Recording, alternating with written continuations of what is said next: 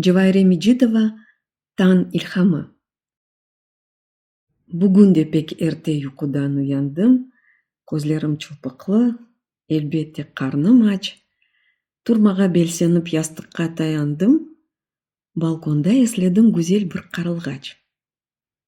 Чамашыр телінің үстіне ерлешкен en назик ezginen yürekini sızlata. Санарсын хош хабер кетірген дост ештен телмірдім, самими достлықны аңлата. Пек жиди тавырнен дыңледім сазыны. Чоқ достлар хаялдан кинодай өттілер. Оларнен кечірген омрымның языны жаларған далғалар алды да кеттілер. Эй, güzel қарылғач, селамым ал да кет, индемей омрымден үзілген достыма.